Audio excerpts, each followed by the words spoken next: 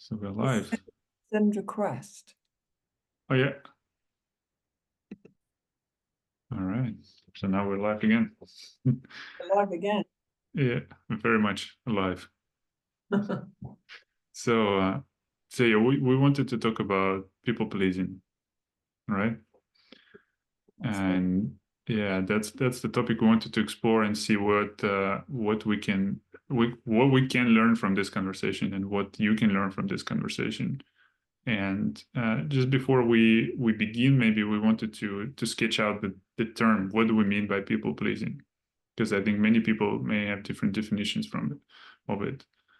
So Genevieve, it was your suggestion actually to have this definition. So do you want to start? Do you want to just throw some what comes to your mind when you think of people pleasing? Like, what does it mean to you?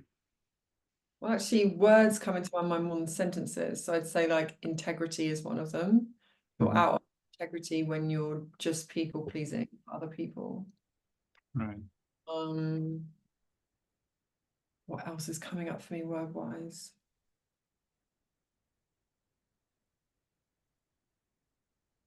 Being out of alignment of yourself. You're not thinking of yourself, you're thinking of others, and you're not thinking of creating your life the way you want it and figuring Right. it. But that doesn't almost matter. It matters more that everyone else is happy and you're just happy that they're happy. Yeah. So you're out of alignment with yourself, and then you're trying to make other people happy. So you're focused on other people rather than yourself. Yeah. I had this word boundaries that came to mind. That when you're people pleasing, I think your boundaries are blurry or they're not strong. And maybe we could talk about what that means as well. But that's what came to mind. And also another word that came to mind is expectations. So when we're people pleasing, I think, or I'm people pleasing. Let's make it personal. Like I'm expecting a certain result. I'm expecting a certain attitude towards me, right? So I'm trying to kind of make a person feel something towards me, or I'm trying to manipulate even this person. We could call it that. So I'm not. Maybe it's connected to what you said. I'm not in alignment with. I'm not in integrity. I'm not I'm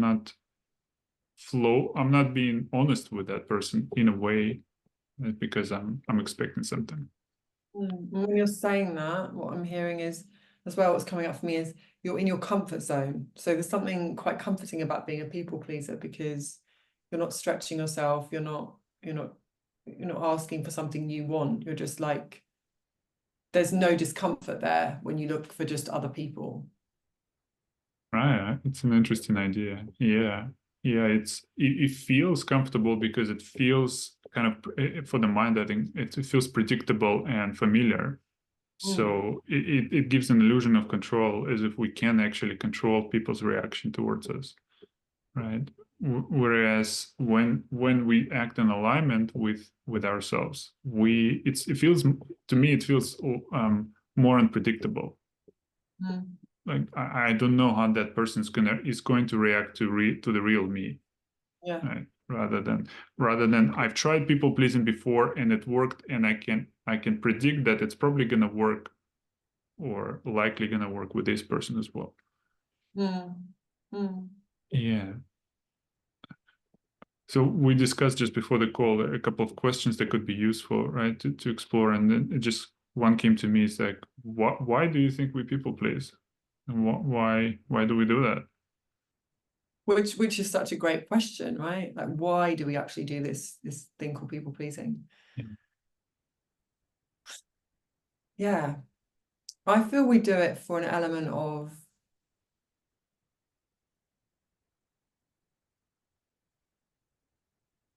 we don't want to rock the boat. We want to keep what do you mean? We want to keep that boat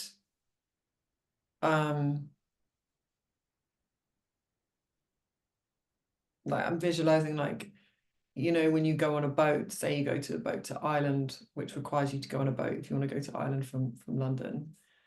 You go on a boat, and today the forecast is is steady, right? So nothing can stop you from feeling anything but great, you know, like you're just comfortable. There's no like push and pull. There's just nothing. It's just like easy. And then when the Hmm. boat is out at sea and it starts to get rocky and you don't know what's going to come next, that's what you're doing. You're living in the unknown when you aren't people pleasing, because you don't know how that person's going to react to what you've said. So for instance, I definitely feel like I have tendencies, I'll be interested to know what you think of this, to feel like I would like to please that person more than say no to someone, Hmm. because it feels like, and I'm only just the past kind of couple of months or so getting to really understand that actually by doing that, I'm not creating the life I want. It almost feels like I'm acting like I have so much time and time is endless and it goes on forever, which is definitely not the case. Time does not go on forever, you know, Hmm. and it's almost like not creating the way I want my world to be. I want my world to be so that everybody else is happy, and then I can feel better because everybody else is happy. And not really go for what I actually want. Okay, no, I actually don't say want to see that person who wants to meet up with me, because I don't feel that they give me that excitement. Just like when we're looking for clients, right? Green flags, red flags, you know, what are we looking for in clients? We don't just work with anyone. We want to work with people that inspire us, or, you know, make us feel like maybe intrigued by, or possibilities in them, and they're just incredibly like yeah, inspiring individuals. And so why would we just say yes to anything? And yeah, I think that's Yeah. definitely a tendency to do that.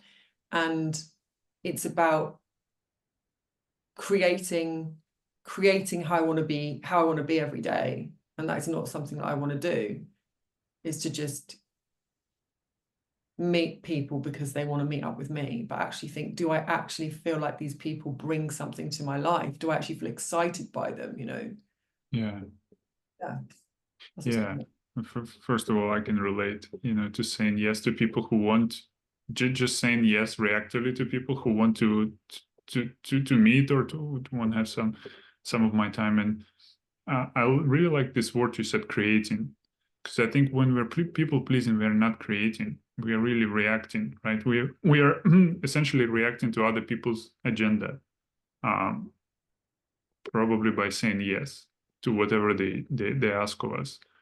Um, and and you, I think you touched on an interesting reason why, is because of this feeling that we have all the time in the world, right? We can say yes to Mary, we can say yes to John, we can say yes to everybody, and then we still have time for ourselves. uh, and I think the follow-up, like once that is realized, I think we realize, like, if that's not true, if time is limited, that's when we turn towards creating, right? Then that's when we start questioning our people pleasing, and we start realizing that, oh, actually, if my time is limited, I have to make choices, and not choosing is also a choice, right? Saying yes by default is also a choice. And I think that's when we turn towards, like, from reacting to creating. And then that's when the journey begins, right? That's when really the process starts of saying no, and being uncomfortable, and being in this unknown of not people pleasing, right? That's when it all starts. But it's a satisfying journey. It's the journey, like you said, towards creating life, not just living in a life that's created by others' expectations and agenda. Mm. Yeah, and I love what you're saying there, as if, you know, we feel like we have all the time in the world, but we could get knocked down by a car tomorrow. Would we want to just have said yes to Sue, or whoever you mentioned, Sue or Bob, whoever it was, Yeah, yeah, just to please someone? Would we want right, that? right, right. It's just I just what I find is very interesting is that when we have the courage to say no to people, and we expect them to get angry, like 9 out of 10 times, people actually respect us more, right? Because I think that why it happens, because those people also want to be able to say no to other people, right? So everybody wants to be essentially creating their life, living the life the way they want. So when their ask gets turned down, um, they actually counterintuitively they feel, wow, I respect that, I want that. Sometimes they get angry. That can also happen, but I found that counterintuitive when I read about it, and when I saw proof of it in my life, that people actually respect you more when you say no. I mean, respectfully, you explain why, but funnily, that happens.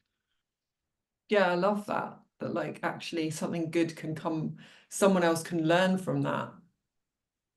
Yeah, yeah, they can get inspired, right? They can get inspired to say no to somebody else in their life they don't want to meet. So then that it's like paid forward, right? It can start the whole chain reaction of people doing more of what they want to do, and it can start with just one no said clearly and respectfully.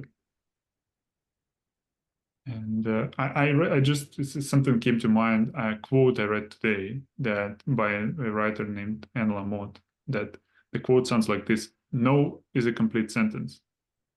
Mm, And I really love it. Like, yeah, yeah, I love that. it, Absolutely love that. Because we're that's always it. so scared to say the word no. Like it's bad, you know, it's almost like if we say no, yeah, it's bad. It's not the right thing to say. We should always say yes. But actually, by saying yes all the time, we are also, what's coming up for me there is we are definitely like lowering our self-esteem, our confidence, our belief in ourselves.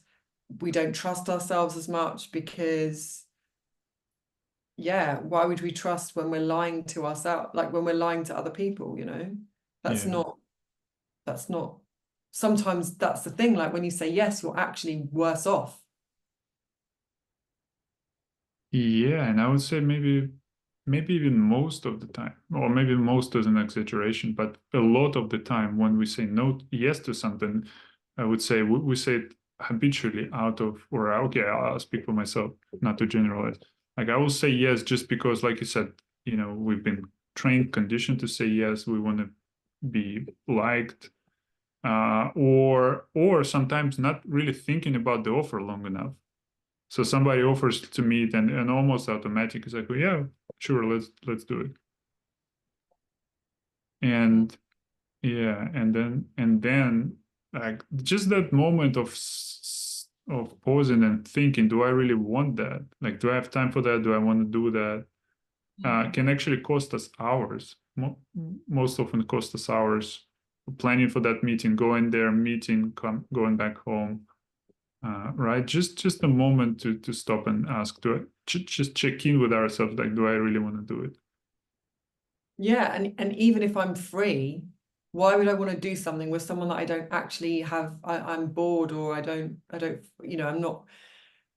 They don't light a fire within my soul when I'm talking to them, you know, because it makes me think of people in my life that do that, and you come home and you feel inspired, you feel creative, like you feel like dancing almost because you're so excited by the people that you are around that do give you that light and that feeling of joy, and Yeah, then it's when we think, oh, actually, no, I am free. But actually, why would we do something when we don't want to do it?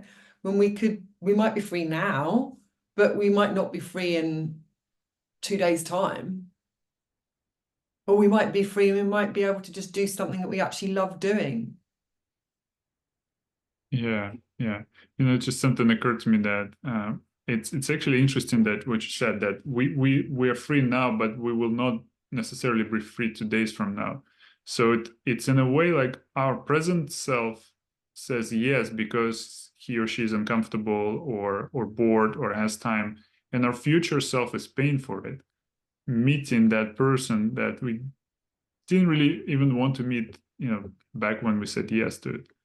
So we're paying for the moment of discomfort. We're paying with hours of our future time. often. And to tie it back to people pleasing, like why do we do that? Because we want this person to like us, because we are not comfortable saying no, because we don't know how to say no, because of all the fears we associate with saying no.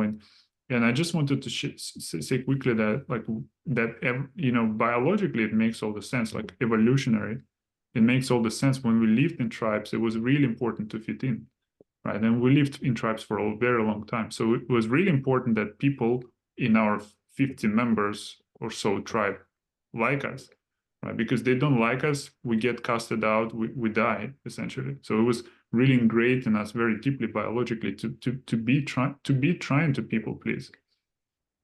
And times have changed so much that now we can essentially live our whole life, I mean, in theory, alone in our apartment, and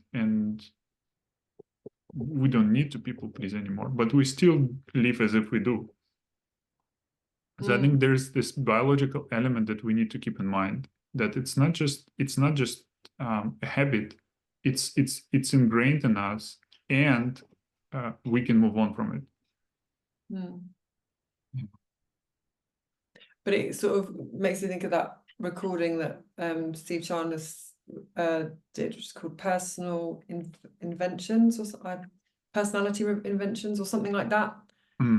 Recording about nobody has a personality. It's a choice. It's a choice what we do. Everything's a choice. Yeah. But there's nobody stopping us making a different decision. It's just us that stop ourselves. Right. And I think it's very freeing and liberating and inspiring. So what I'm hearing, like, we can take a different choice any moment of our life. So if we are people pleasing for 15, 50, or 100 years, we can stop at any moment, and we can start creating stronger boundaries by saying no. Yeah. And I think of it as kind of there's the tactics of how to say no, of how not to people please, how to say no respectfully, what to say. And there's a lot of articles that can give different versions of what to say to somebody, right? But maybe and there's the deeper reason of why we say yes, the deeper psychological reason, right? And I think it has to do something with love. So when we people please, I think, in my view, what we're trying to do is we're trying to secure somebody's love towards us. Right? So if I say yes to you, if you ask me something and I say yes to you, like, hopefully you will like me more. So hopefully we'll be friends. You will not abandon me, or maybe I'll feel better by myself because I'm liked by more people. So it's all about, in my view, it's all about love, trying to get love from other people by people pleasing. What do you think about that? Oh yeah, I completely agree. It's almost like validation as well, but it's that missing piece that we forget, which is looking inside ourselves for that. Like, we are important. We don't live for those people. We need to, and me included, it's definitely something I'm working on. It's just, we need to think of, how could we think about us? Right. Just like you said in the beginning, yeah, creating creating your life for yourself. Yeah, because I mean, I don't know if you can relate, and I'd be interested to know, but for so many years of my sort of teenage years, it was very much about living through other people's stories. If someone had a boyfriend, then I would be listening to them talking about that, and I would be the listener, and I wouldn't have anything to offer because I wasn't creating a life of my own. I was living through other people. And it was very safe to be there, incredibly safe, because you're just there as that listening piece. Someone just listens to you, like you listen to them, and they feel great because they're able to talk and talk and talk about themselves. And you kind of end up just kind of feeling a bit like who am I really is the main question that comes up there. And then when I found coaching, it was very much obvious that to see light and to see possibility is about finding out who you are and who you want to be in the world and what you want to do with your life and what makes you happy. And it's not about doing things just because other people that makes them happy. That might not make you happy. That's okay. Hmm. I love That's that. okay to do what I you love want to that. Yeah, discovering who we are first, and then in a way, it's also like polarizing people, right? When we become more of who we are gonna, instead of trying to be liked by as many people as possible, we are becoming like we polarize people more. Some people like us, some people won't. But when we try to like people please, we become like a rock, like polished rock that's like a circle. There is no personality left. Like it's like I'm people pleasing him and her and everybody around, and I'm like I don't know who I am. Like I can relate to this. Almost asking myself like who am I really behind all those Mm. attempts to people please and be liked. Mm. Yeah, And and yeah. do they? Nobody really tells you that at school or teenage years. Nobody really helps you out with that. You kind of I, just Yeah, I think it's the opposite actually. I mean, think about it. I mean, we are actually I mean, we're taught to not to people please, but we're taught to be liked, like to be accepted, to be, sociable. So yeah, it's not very helpful to I mean, there are no courses. There were no courses in my childhood or on boundaries or how to create relationships or anything like that. So, and I mm, think it's also very common for teenagers, young adults to want to fit in. It's such a vulnerable time when you want to feel like you are accepted. You're searching for yourself. You don't know who you are, and mm, then it's so easy to people please, which mm. is maybe okay. And this is a stage to move, to outgrow. Yeah. Yeah. Yeah, I feel like though it's your even though yeah, I agree what you're saying about you taught to be social, etc. Yeah. But I do feel like there's that missing piece at school where you're not kind of, and it's just very interesting just thinking about it, you're not very much kind of helped with finding out who you are. Yeah. Not at all. Not at all. I And mean, yeah. that's why coaching is just so amazing. That's why I'll go on about it to the Hmm. end of the night, because it does help you figure that out. Yeah. Yeah. Well, yeah, school is more about standardization rather than individualization, right? Mm, It doesn't really, it's not designed, unfortunately, now to foster individuality of each student, or maybe well, I mean, the system is just not designed for that. So it's more about standardizing standard tests and standard knowledge and curriculum and all that. So yeah, it's not really helping.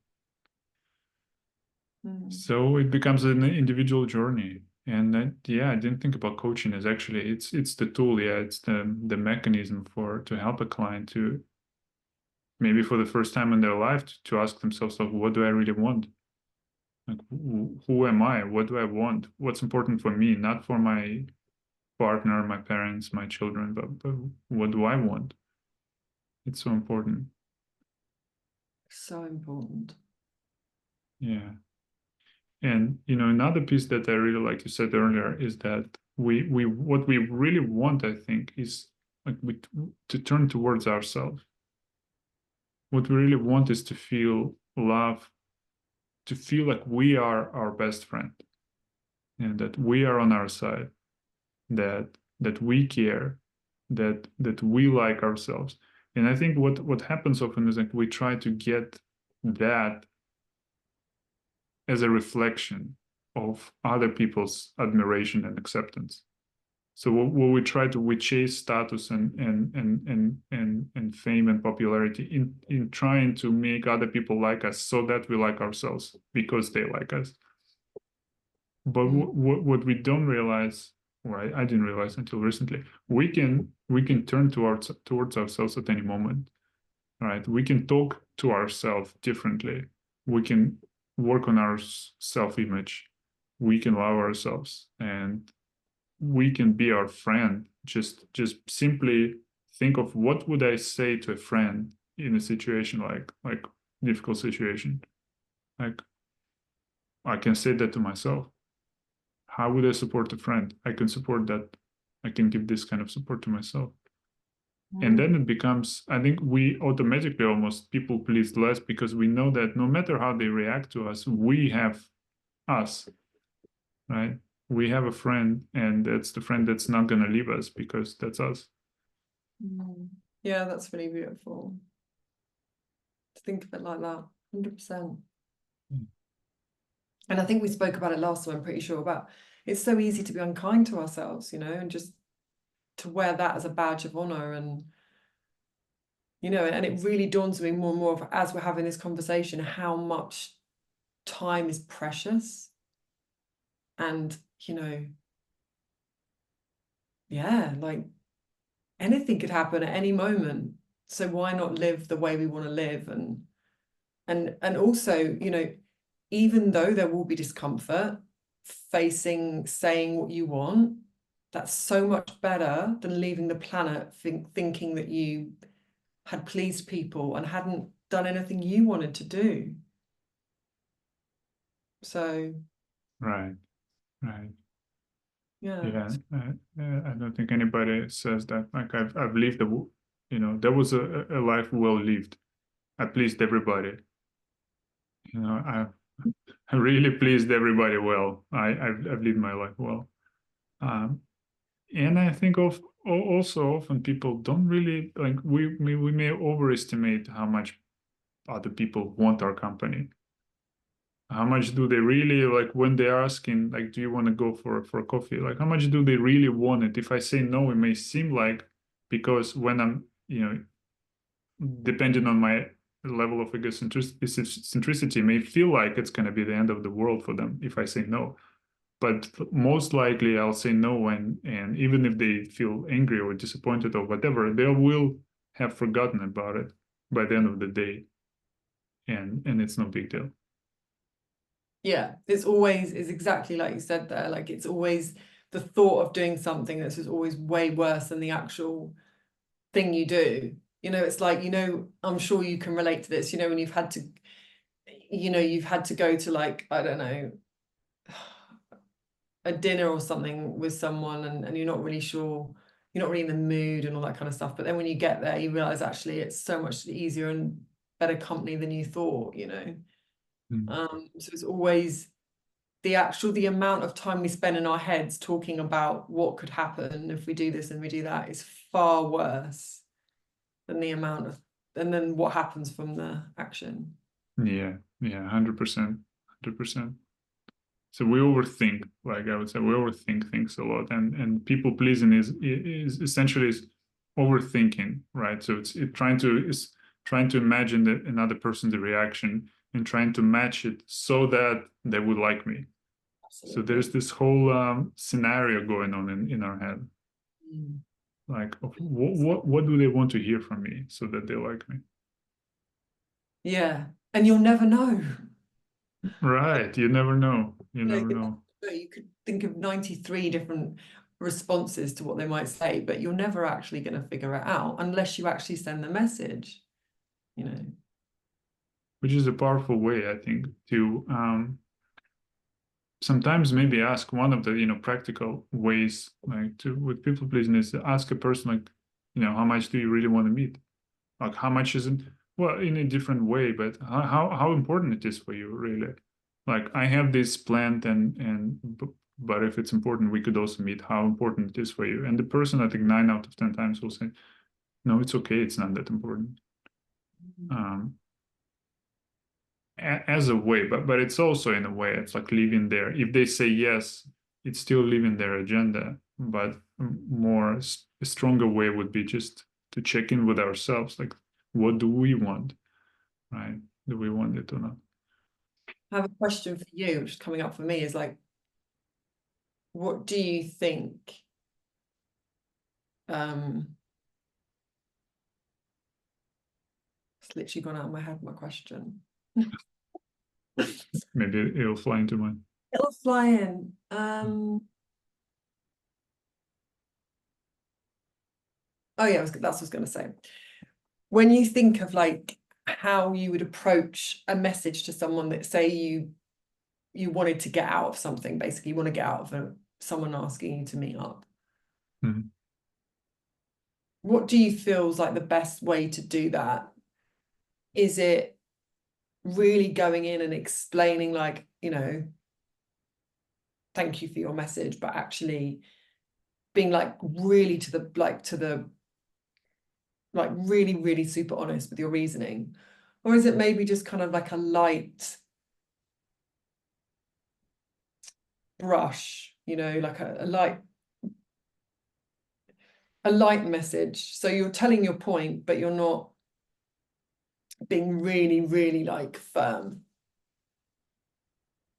Maybe it will depend on different situations and different person, and the situation will tell which way to use.